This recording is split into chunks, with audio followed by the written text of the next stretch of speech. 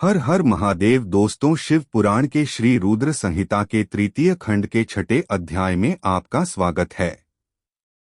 हमारी आपसे प्रार्थना है कि शिव पुराण की कथाएं अपने बच्चों को अवश्य सुनाएं।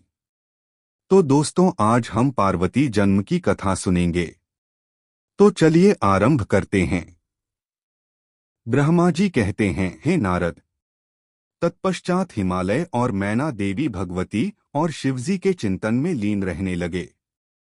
उसके बाद जगत की माता जगदम्बिका अपना कथन सत्य करने के लिए अपने पूर्ण अंशों द्वारा पर्वतराज हिमालय के हृदय में आकर विराजमान हुई। उस समय उनके शरीर में अद्भुत एवं सुंदर प्रभा उतर आई। वे तेज से प्रकाशित हो गए और आनंदमग्न हो देवी का ध्यान करने लगे। तब उत्तम समय में गिरिराज हिमालय ने अपनी प्रिया मैना के गर्भ में उस अंश को स्थापित कर दिया।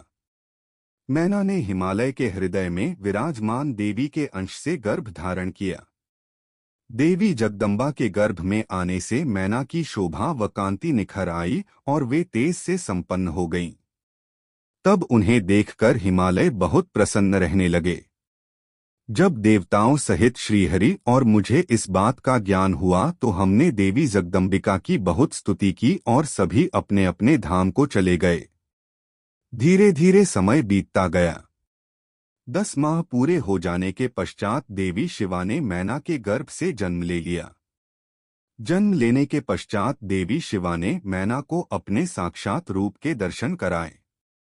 देवी के जन्म दिवस वाले दिन बसंत ऋतु के चैत्र माह की नवमी तिथि थी।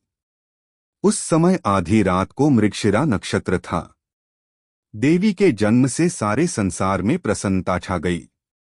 मंद मंद हवा चलने लगी। सारा वातावरण सुगंधित हो गया। आकाश में बादल उमड़ आए और हल्की हल्की फुहारों के साथ पुष्प वर्षा होने लगी। तब मां जगदम्बा के दर्शन हेतु विष्णु जी और मेरे सहित सभी देवी देवता गिरिराज हिमालय के घर पहुंचे। देवी के दर्शन कर सबने दिव्यरूपा महामाया मंगलमयी जगदम्बिका माता की स्तुति की। तत्पश्चात सभी देवता अपने अपने धाम को चले गए। स्वयं माता जगदम्बा को पुत्री रूप में पाकर हिमालय और मैना धन्य हो गए। वे अत्यंत आनंद का अनुभव करने लगे। देवी के दिव्य रूप के दर्शन से मैना को उत्तम ज्ञान की प्राप्ति हो गई। तब मैना देवी से बोली, हे जगदम्बा, हे शिवा, हे महेश्वरी, आपने मुझ पर बड़ी कृपा की जो अपने दिव्य स्वरूप के दर्शन मुझे दिए। हे माता, आप तो परम शक्ति हैं। आप तीनों लोकों की जननी हैं और देवताओं द्वारा आराध्य हैं। हे देवी, आप मेरी पुत्री रूप में आकर शिशु रूप धारण कर लीजिए। मैना की बात सुनकर देवी मुस्कुराते हुए बोली, मैना, तुमने मेरी बड़ी सेवा की है। तुम्हारी भक्ति भावना से प्रसन्न होकर ही मैंने तुम्हें वर मांगने के लिए कहा था और तुमने मुझे अपनी पुत्री बनाने का वर मांग लिया था। तब मैंने तथास्तु कहकर तुम्हें अभीष्ट फल प्रदान किया था।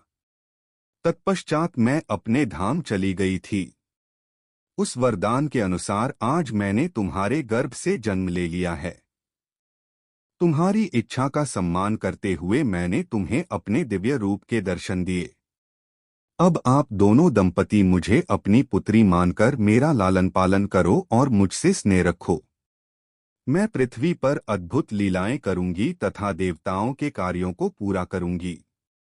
बड़ी होकर मैं भगवान शिव को पति रूप में प्राप्त कर उनकी पत्नी बनकर इस जगत का उद्धार करूंगी।